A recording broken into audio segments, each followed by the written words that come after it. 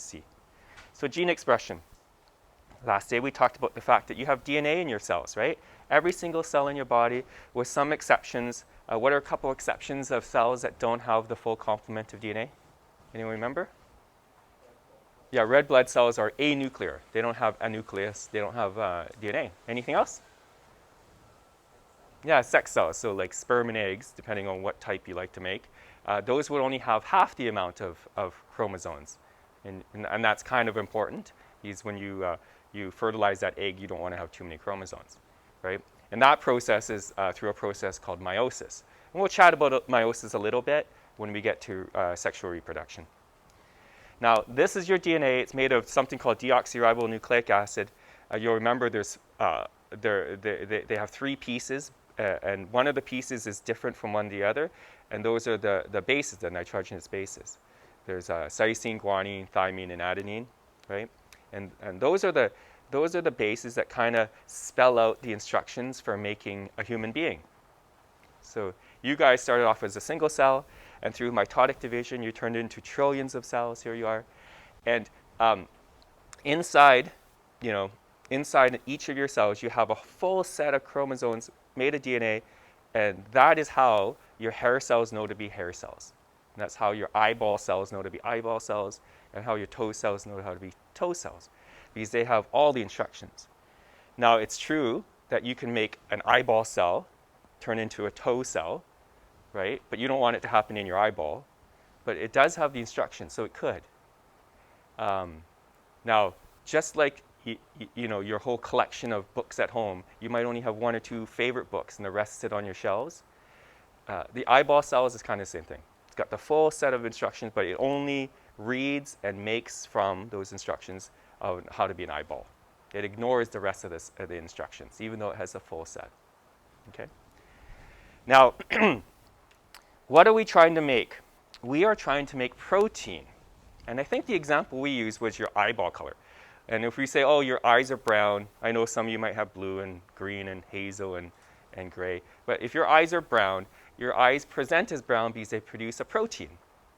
And this protein pigment just happens to reflect light that makes it look brown. Now, where are those instructions to make those proteins that make your eyes brown? Well, it's in your DNA, right? And remember, you have lots and lots of DNA in every single cell. DNA is very fragile. It holds all the instructions. It is so important that we keep it in this safe called your nucleus, right? The nucleus is really, it's got an extra bubble of protection. So you got your cell membrane, and then you got a nuclear membrane, and inside the nucleus you have your extra special DNA. Now the problem is, where's all the equipment to make protein?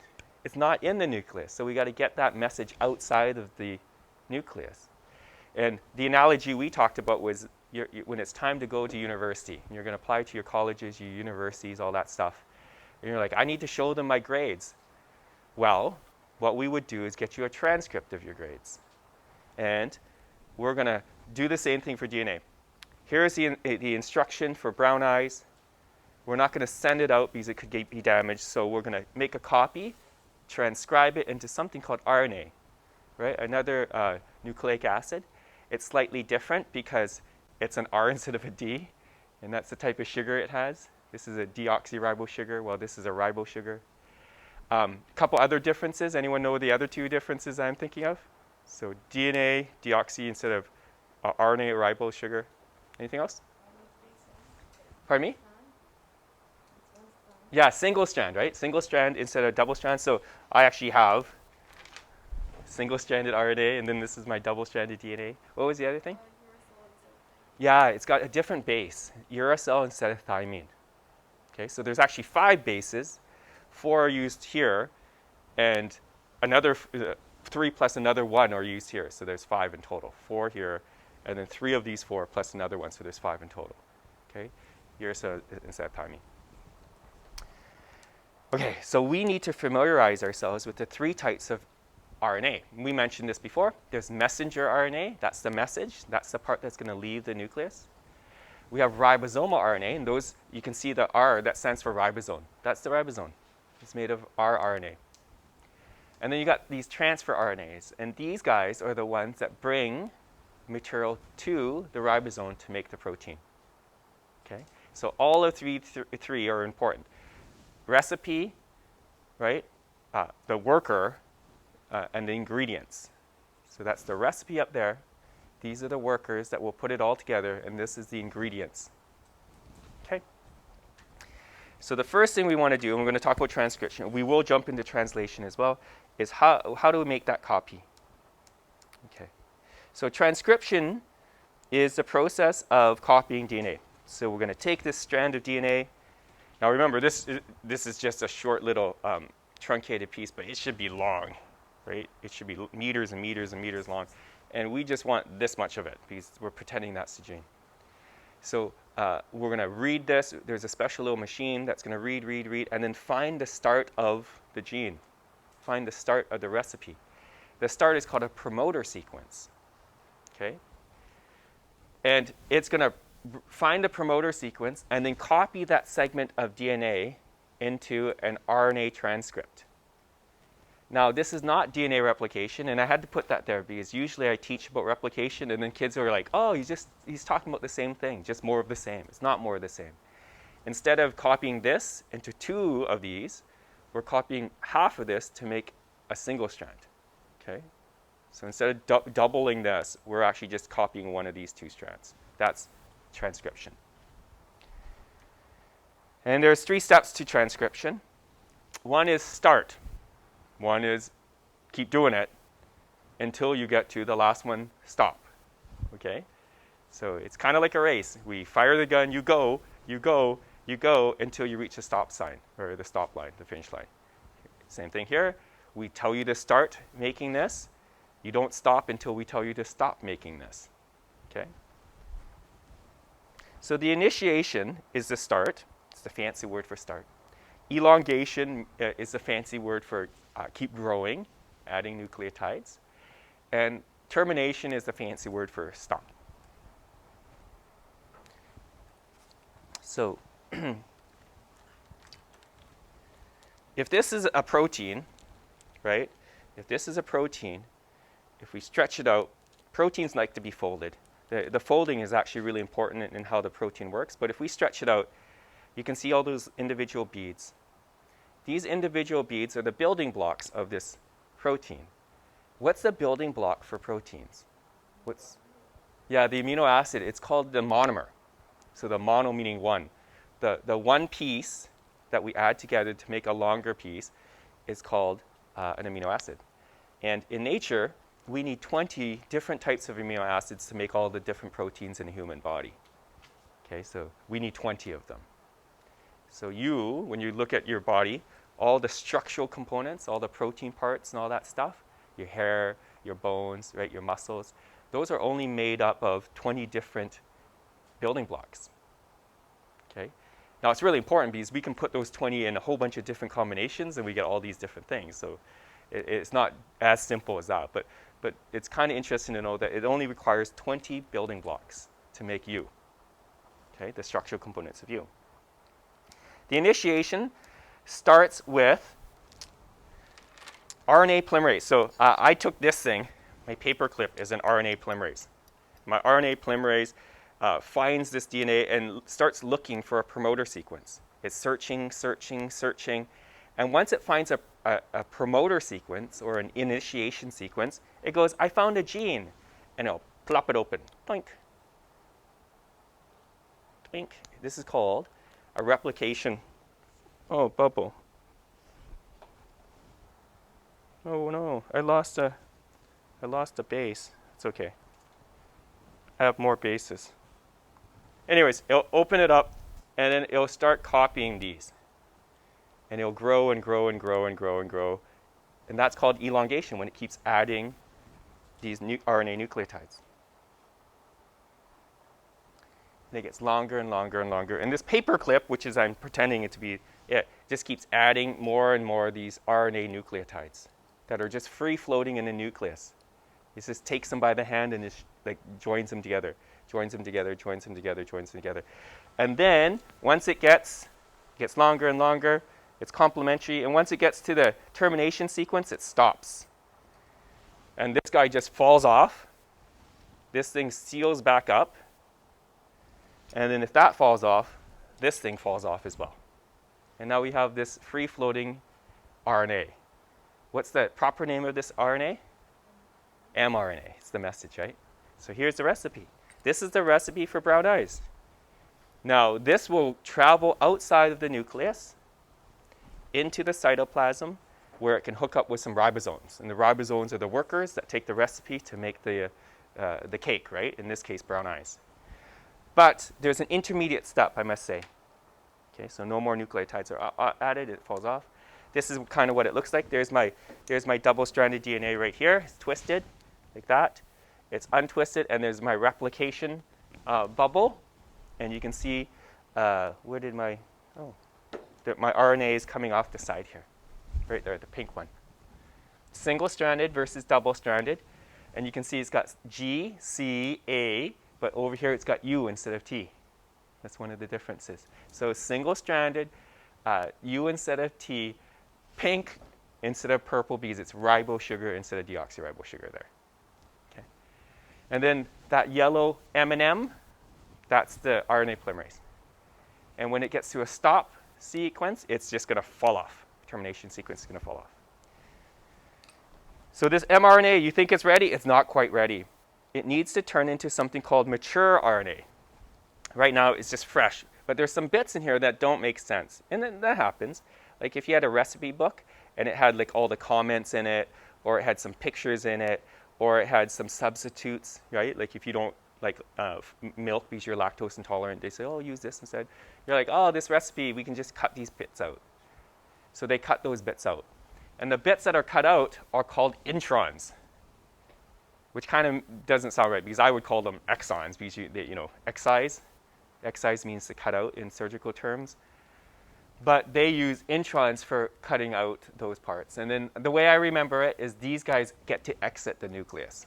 Okay, so think exons get to exit. So what we cut out and throw away are called the introns instead. And then now what we get is we got a nice a mature segment of RNA. The enzyme that does this job is called ribozyme. Enzymes often end in zyme there. And this is what it looks like. So up top there is my DNA. Here, right?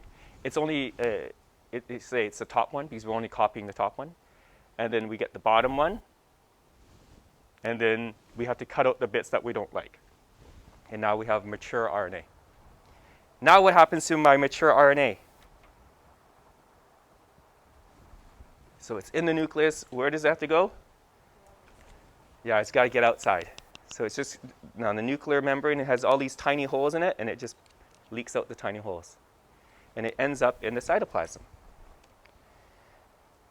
In the cytoplasm are ribosomes, and now it's translated into protein. So just like your grades, you apply for university, you want to go to UBC. Let's pretend you think you're super duper smart, so you're going to be a mathematician, right? No idea why, just looking at numbers. You go to UBC, you give them your transcript, and now they have to translate it. And you think, oh, that should be easy. They just get, take the highest grade. Not true.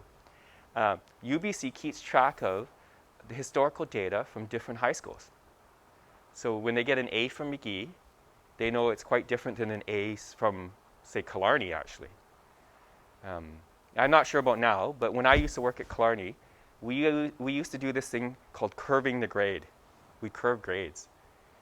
So we wanted a percentage that were super strong, a percentage in the middle, and a percentage near the end. The only thing was we weren't allowed to lower the grade. So when we curved the grade, everyone curved up.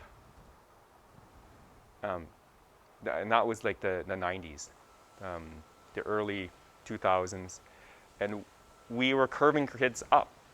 So when these kids went to, they went to UBC to apply, their A had to be translated because UBC knew that A was not really an A, or it wasn't the same as a McGee A, say. And then they had to figure it out. So if they got like a 90 from a McGee kid and a 90 from a Killarney kid, they knew which kid to take, actually. It was the 90 from McGee. And that's the same thing here. Depending on the program you want to get into, depending on what school you're coming from, they will translate it and figure it out. So what we're going to do is we're going to take this mRNA and we're going to figure out the language to translate it into a protein. Okay, and that's the next step. Take a look at this little video clip. This is a little bit more than we need to know, but this is a section of DNA. The pink part is a gene. At the very end is a termination sequence. The arrow is a start sequence or initiation sequence. And you're going to see an RNA polymerase pop its head out from the bottom and then make RNA. The synthesis of messenger RNA is called transcription. Transcription begins when RNA polymerase recognizes and binds to the promoter region on the double-stranded DNA molecule. A particular subunit of the messenger RNA, called the sigma factor, participates in recognition of the promoter region.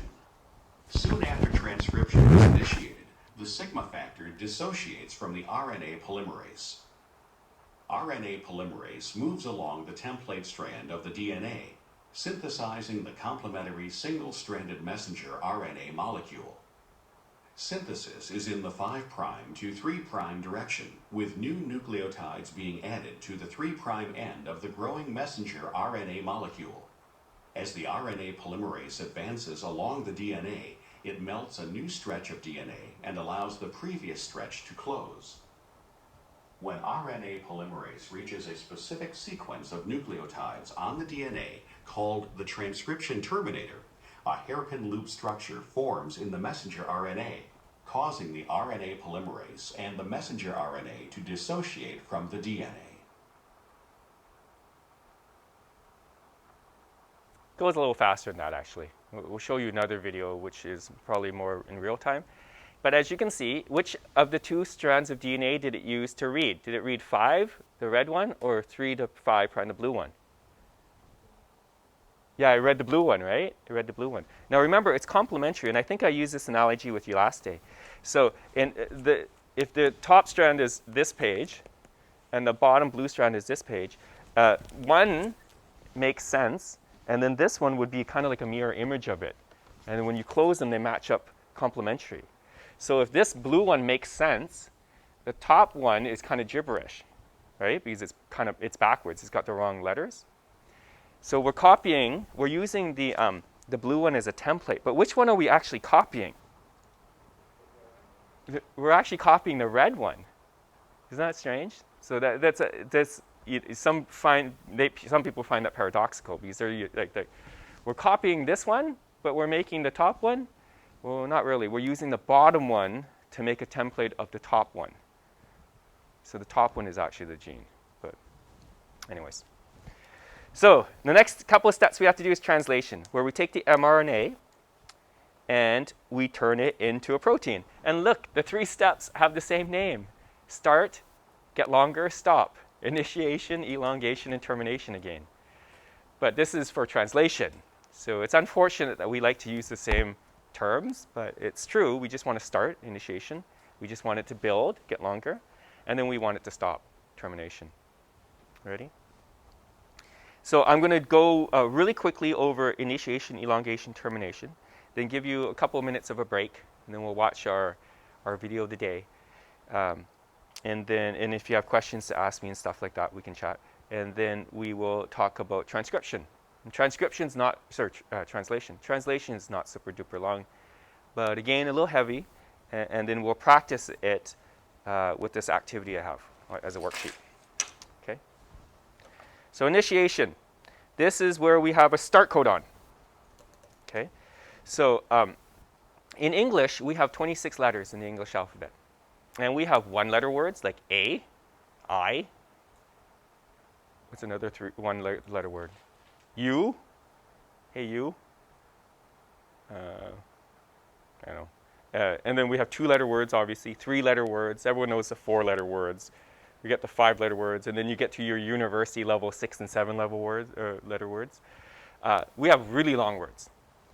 Well, here we have 4 bases: A, right? T, C, and G. And in genetics, each word is only 3 letters long, okay? Using A, T, C, or G. So here's the easy one, AAA. That's a 3-letter word using genetics. TTT is another one. CCC is another one. GGG is another one. How many different combinations can we use if we start changing them from AAA to like AAT or AAC or AAG? How many in total do we have? 64. Yeah, it's 64. We end up getting a total of 64 different 3-letter words with only 4 letters in the alphabet. Now, each of those words represents an amino acid. How many amino acids are there in the world? Well, actually, sorry, my apologies. How many amino acids are required to build a human being? Only 20. So we have 64 words to describe 20 amino acids. It's kind of like how, like the Inuit, the people of the north, supposedly they have like 1,000 different ways to say snow, right? There's synonyms in there. There's a whole bunch of 3-letter words that we can actually use to describe the same thing. Okay? We call it redundancy. There's a couple redundant words for the same, that have the same meaning.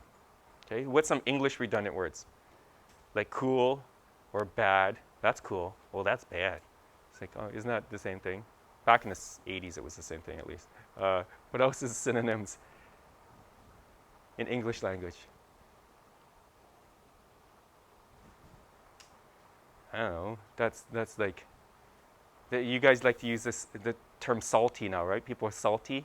And in my era, that people would be bitter, right? Oh, they're bitter because, you know, you're better than them in basketball. And then they say, oh, he's salty because he got beat in basketball, right?